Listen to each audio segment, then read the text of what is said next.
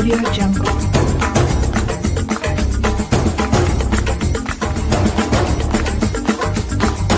Audio Jungle.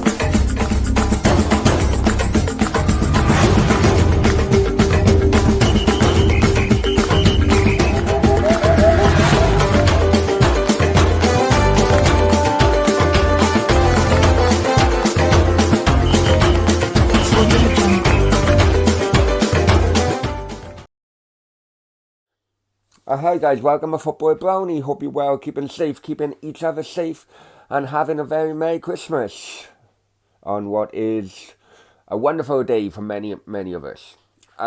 Before we go any further, please like, share, most importantly subscribe to the channel. Remember, subscription is free. If you haven't done it yet, hit that subscribe button right now.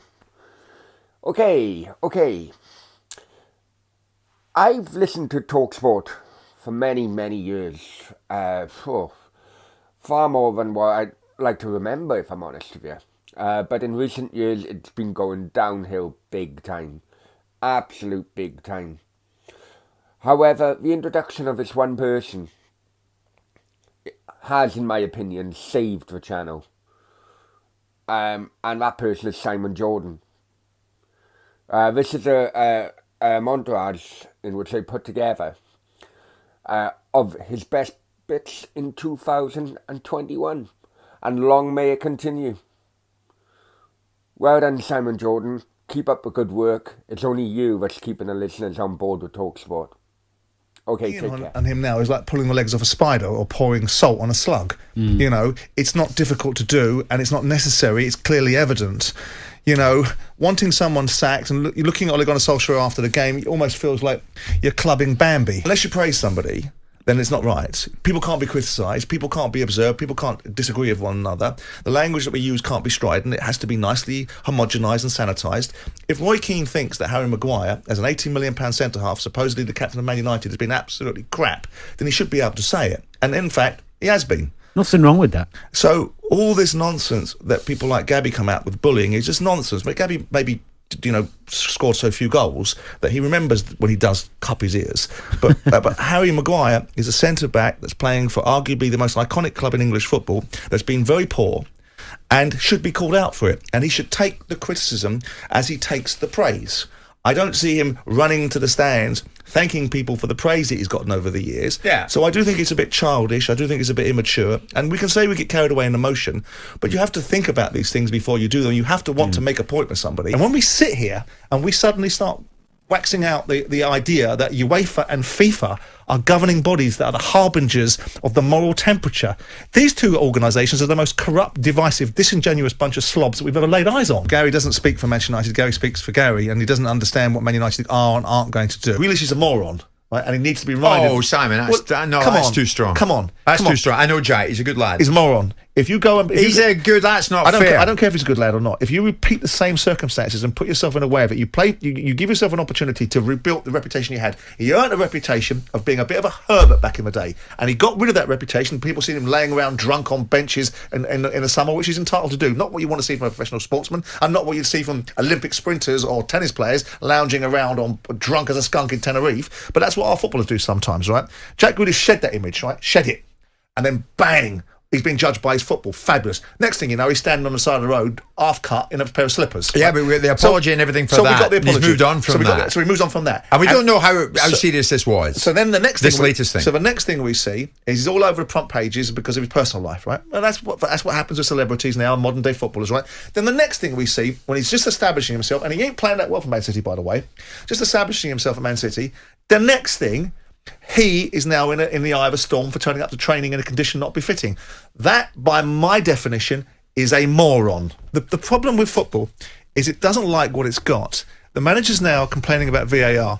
You wanted it, you kept on and on and on and on, peeing and moaning about every single decision and every single thing that's got wrong, and now you've got VAR, you've got this additional level of scrutiny. Be careful what you wish for in life. You've got ridiculous over-egging of the pudding. You've got stupid decisions being made by referees because they don't know whether they're Arthur or Martha, because they're constantly being demeaned, demasculated or demoralised by football management, football media, football mafia, constantly pulling them down, and they're not strong enough in their own right. So you've got this situation where we are now reaping the whirlwind. All these Burks on television that sit there like Gary Lineker going, oh, I can't bear it, I can't bear it. You're the guys and the reasons why half of these things are here now. Because we've never accepted the authority on the pitch. We've constantly criticised the notion that things are wrong. And now we've got this ridiculous VAR that's being brought in by bureaucrats that are not looking at it properly, and here we land. If anyone could use disgraceful, if ever Roy Keane could use a superlative like disgraceful, it was Maguire on Saturday that needed it then. Everybody that sits there that gives Ole Gunnar Solskjaer a pass from one week to the next is culpable in facilitating a problem that cannot be resolved by this poor bugger being in the dugout for Man United. It's a death of a thousand cuts. The difference between Ole and Thomas Tuchel and Pep Guardiola and Jurgen Klopp is the same as the difference between day and night. And if he wants people in the media, whether it's Rio Ferdinand or whether it's Gary Neville or whether it's Roy Keane, to defend him, they're not helping the solution of the football club that they purport to love. It's like asking a one-legged man to run 100 metres in under 10 seconds and then telling him off for doing something that you know he can't do. It's now becoming ridiculous because clearly everybody with half a brain knows that Ole Gunnar Solskjaer isn't really... You might wish it so, but wishing it doesn't make it so. He isn't capable of managing these players, getting from these players what's required, and some of the observations that are being made by pundits are just silly. Rio Ferdinand made silly observations a year ago. Gary was making silly ones yesterday. The evidence is clear. Doesn't matter how many players you bring in. The culture, the temperature, the tone, the tactics of this football club are set by an individual that has the gravitas to concentrate the minds of elite footballers. He doesn't have that factor. It doesn't make him an absolute abject failure. It doesn't make him an awful football manager.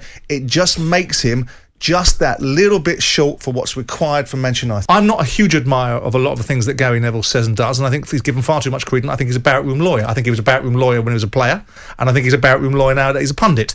But to attribute one of the major reasons why the European Super League was stopped, because Gary was flapping his gums, is a little bit rich. There's something about Aubameyang that slightly irritates me, and it may just be because of that ridiculous scenario where we had to watch the egg timers being put on there, like the whole world was pausing for breath to see if this guy was going to sign this £300,000 a week contract. I don't think Arteta is the answer to Arsenal. I think he's the Frank Lampard of his time at Arsenal. I think he'll assemble all the parts and somebody else will put them together. But the bottom line is the reputation in football is Arsenal had taken a £58 million punt on a playboy. Well, no, he's top goal scorer, by the way. I know, at that point. But his character off the pitch was a playboy. Viola is far too influential, far too important in his own mind, and more people like Alex Ferguson, more people like Pep Guardiola need to create downward pressure on these bottom feeders, and then you'll see their place in football being really re-established where they are. They're intermediaries. They are not the end game. Because I think Gareth Bale is a busted flush. He knows his own mind. Well, hey, you're a grown man, you know your own mind. Another day, another dollar, another point proved.